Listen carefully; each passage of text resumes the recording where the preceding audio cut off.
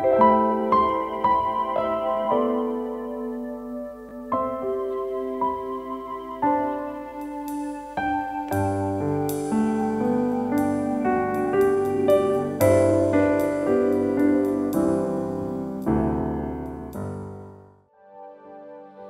Bapak Ibu yang terkasih di dalam Tuhan Yesus. Selamat datang di Ada Jawaban TV pada pagi hari ini. Mari kita bawa hati kita yang terbaik untuk Tuhan. Mari kita sambut pagi hari yang indah ini dengan mencari wajah-Nya yang sungguh amat sangat kita rindukan. Mari kita berdoa.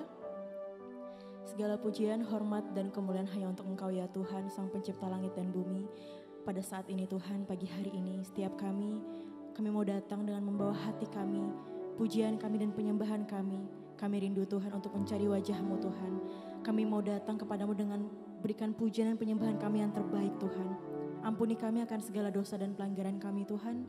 Seperti kami juga mengampuni setiap orang yang bersalah kepada kami. Terima kasih Bapa, terima kasih Tuhan Yesus, terima kasih Roh Kudus. Mari setiap kita yang siap untuk memuji dan menyembah Tuhan, sama-sama kita katakan amin. Haleluya.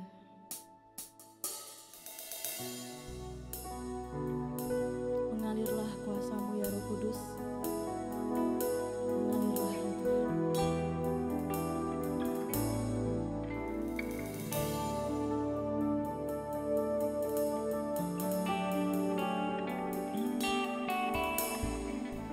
Bagaikan tanah kering yang merindukan air,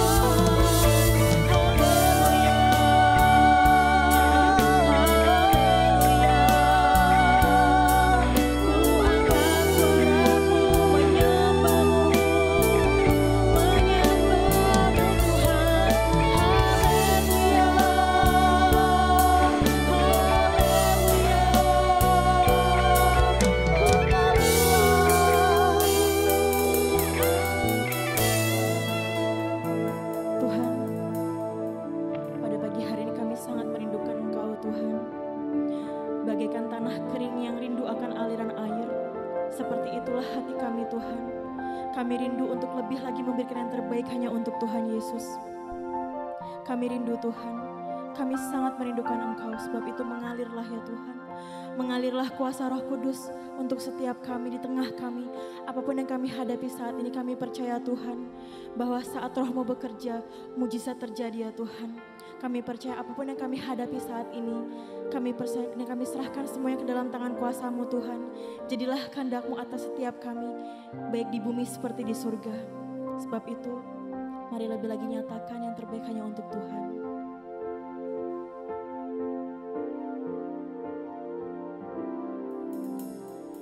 Come, Holy Spirit, fall on me now. I need your anointing, come in your power. I love you, Holy Spirit, you're captivating my soul.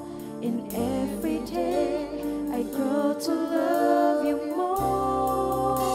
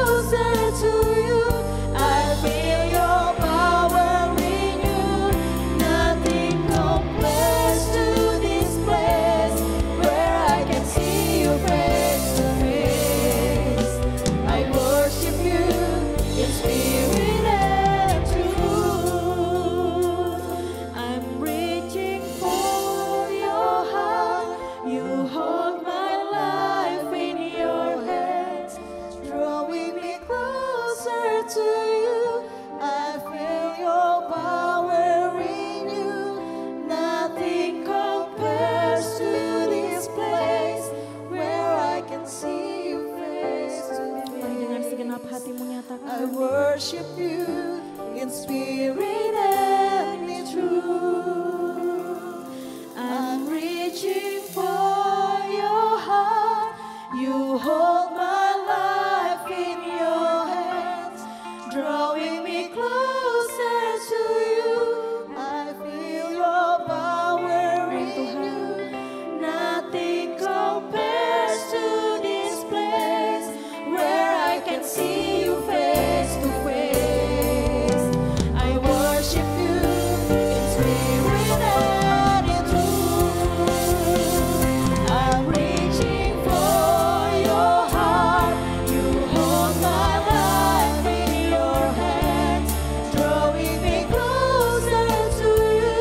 I feel your power in you. Nothing compares to this place where I can see you face to face. I worship Mari you. sekali lagi dengan segenap hati menyatakan, I'm reaching for your heart. You hold my life in your hands, drawing me closer to you. I feel your power in you. Nothing compares to this place where I can see you face to face. I worship you in spirit and in truth. I worship you in spirit and in truth. I worship you in spirit and in truth.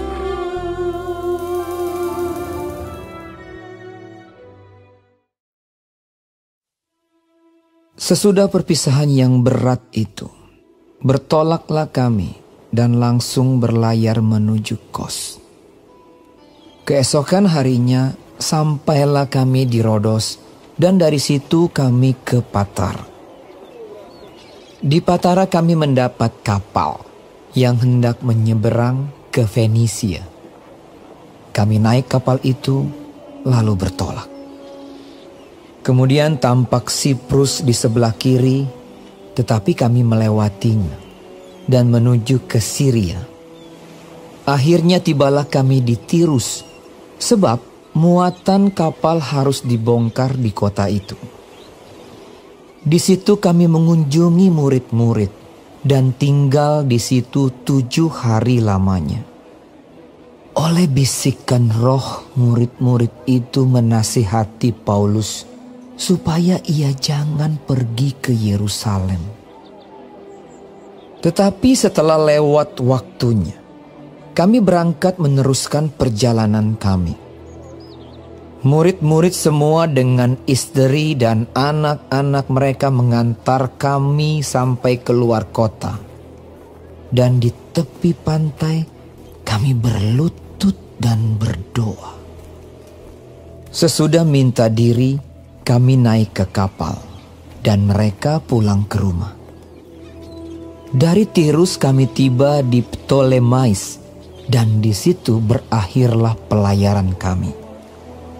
Kami memberi salam kepada saudara-saudara dan tinggal 1 hari di antara mereka. Pada keesokan harinya kami berangkat dari situ dan tiba di Kaisarea. Kami masuk ke rumah Filipus, pemberita Injil itu, yaitu satu dari ke-7 orang yang dipilih di Yerusalem, dan kami tinggal di rumahnya. Filipus mempunyai 4 anak dara yang beroleh karunia untuk bernubuat. Setelah beberapa hari kami tinggal di situ, datanglah dari Yudea seorang nabi bernama Agabus. Ia datang pada kami, lalu mengambil ikat pinggang Paulus. Sambil mengikat kaki dan tangannya sendiri, ia berkata, "Demikianlah kata Roh Kudus. Beginilah orang yang empunya ikat pinggang ini akan diikat oleh orang-orang Yahudi di Yerusalem dan diserahkan ke dalam tangan bangsa-bangsa lain." Mendengar itu kami bersama-sama dengan murid-murid di tempat itu meminta supaya Paulus jangan pergi ke Yerusalem. Tetapi Paulus menjawab, Mengapa kamu menangis? Dan dengan jalan demikian mau menghancurkan hatiku. Sebab aku ini rela bukan saja untuk diikat, tetapi juga untuk mati di Yerusalem oleh karena nama Tuhan Yesus. karena ia tidak mau menerima nasihat kami. Kami menyerah dan berkata, jadilah kehendak Tuhan. Sesudah beberapa hari lamanya tinggal di Kaisarea, berkemaslah kami, lalu berangkat ke Yerusalem. Bersama-sama dengan kami turut juga beberapa murid dari Kaisarea. Mereka membawa kami ke rumah seorang yang bernama Manason. Ia dari Siprus dan sudah lama menjadi murid. Kami akan menumpang di rumahnya. Ketika kami tiba di Yerusalem, semua saudara menyambut kami dengan suka hati. Pada keesokan harinya, pergilah Paulus bersama-sama dengan kami mengunjungi Yakobus. Semua penatua telah hadir di situ. Paulus memberi salam kepada mereka, lalu menceritakan dengan terperinci apa yang dilakukan Allah di antara bangsa-bangsa lain oleh pelayanannya. Mendengar itu mereka memuliakan Allah. Lalu mereka berkata kepada Paulus, Saudara, lihatlah. Beribu-ribu orang Yahudi telah menjadi percaya. Dan mereka semua rajin memelihara hukum Taurat. Tetapi mereka mendengar tentang engkau, bahwa engkau mengajar semua orang Yahudi yang tinggal di antara bangsa-bangsa lain untuk melepaskan hukum Musa. Sebab engkau mengatakan supaya mereka jangan menyunatkan anak-anaknya dan jangan hidup menurut adat istiadat kita. Jadi, bagaimana sekarang? Tentu mereka akan mendengar bahwa engkau telah datang kemari. Sebab itu, lakukanlah apa yang kami katakan ini. Di antara kami, ada 4 orang yang bernazar. Bawalah mereka bersama-sama dengan engkau. Lakukanlah pentahiran dirimu bersama-sama dengan mereka. Dan tanggunglah biaya mereka sehingga mereka dapat mencukurkan rambutnya. Maka semua orang akan tahu bahwa segala kabar yang mereka dengar tentang engkau sama sekali tidak benar, melainkan bahwa engkau tetap memelihara hukum Taurat. Tetapi mengenai bangsa-bangsa lain yang telah menjadi percaya, sudah kami tuliskan keputusan-keputusan kami, yaitu bahwa mereka harus menjauhkan diri dari makanan yang dipersembahkan kepada berhala, dari darah, dari daging binatang yang mati dicekik, dan dari percabulan. pada hari berikutnya, Paulus membawa orang-orang itu serta dengan dia, dan ia mentahirkan diri bersama-sama dengan mereka, lalu masuk ke bait Allah untuk memberitahukan bila mana pentahiran akan selesai dan persembahan akan dipersembahkan untuk mereka masing-masing. Ketika masa 7 hari itu sudah hampir berakhir, orang-orang Yahudi yang datang dari Asia melihat Paulus di dalam bait Allah, lalu mereka menghasut rakyat dan menangkap dia sambil berteriak, Hai orang-orang Israel, tolong! Inilah orang yang di mana-mana mengajar semua orang untuk menentang bangsa kita dan menentang hukum Taurat dan tempat ini. Dan sekarang ia membawa orang-orang Yunani pula ke dalam bait Allah dan menajiskan tempat suci ini. sebab mereka telah melihat Trofimus dari Efesus sebelumnya bersama-sama dengan Paulus di kota, dan mereka menyangka bahwa Paulus telah membawa dia ke dalam bait Allah. Maka gemparlah seluruh kota, dan rakyat datang berkerumun, lalu menangkap Paulus dan menyeretnya keluar dari bait Allah, dan seketika itu juga semua pintu gerbang bait Allah itu ditutup. Sementara mereka merencanakan untuk membunuh dia, sampailah kabar kepada kepala pasukan bahwa seluruh Yerusalem gempar. Kepala pasukan itu segera bergerak dengan prajurit-prajurit dan perwira-perwira dan maju mendapatkan orang banyak itu. Ketika mereka melihat dia dan prajurit-prajurit itu, berhentilah mereka memukul Paulus. Kepala pasukan itu mendekati Paulus, menangkapnya, dan menyuruh mengikat dia dengan 2 rantai. Lalu bertanya siapakah dia dan apakah yang telah diperbuatnya. Tetapi dari antara orang banyak itu, ada yang meneriakkan kepadanya ini, ada pula yang meneriakkan itu. Dan oleh karena keributan itu, ia tidak dapat mengetahui apakah yang sebenarnya terjadi. Sebab itu, ia menyuruh membawa Paulus ke markas. Ketika sampai ke tangga, Paulus terpaksa didukung prajurit-prajurit karena berdesak-desaknya orang banyak yang berbondong-bondong mengikuti dia sambil berteriak, Enyahkanlah dia! Ketika Paulus hendak dibawa masuk ke markas, ia berkata kepada kepala pasukan itu, Bolehkah aku mengatakan sesuatu kepadamu? Jawabnya, Tahukah engkau bahasa Yunani? Jadi, engkau bukan orang Mesir itu yang baru-baru ini menimbulkan pemberontakan dan melarikan 4.000 orang pengacau bersenjata ke padang gurun. Paulus menjawab, Aku adalah orang Yahudi dari Tarsus, warga dari kota yang terkenal di Kilikia. Aku minta supaya aku diperbolehkan berbicara kepada orang banyak itu. Sesudah Paulus diperbolehkan oleh kepala pasukan, pergilah ia berdiri di tangga dan memberi isyarat dengan tangannya kepada rakyat itu. Ketika suasana sudah tenang, mulailah ia berbicara kepada mereka dalam bahasa Ibrani. Katanya,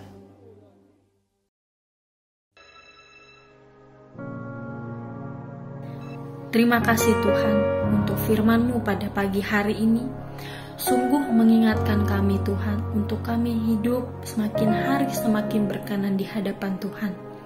Dan biarlah Tuhan hari ini Engkau sertai, Tuhan tuntun, Tuhan melindungi, jauhkan dari segala mara bahaya, malapetaka, bahkan maut sekalipun ya Bapa. Bapa kami yang di surga, dikuduskanlah nama-Mu, datanglah kerajaan-Mu, jadilah kehendak-Mu di bumi seperti di surga. Berikanlah kami pada hari ini makanan kami yang secukupnya, dan ampunilah kami akan kesalahan kami, seperti kami juga mengampuni orang yang bersalah kepada kami. Dan janganlah membawa kami ke dalam pencobaan, tetapi lepaskanlah kami daripada yang jahat. Karena Engkaulah yang mempunyai kerajaan, dan kuasa, dan kemuliaan, sampai selama-lamanya. Amin.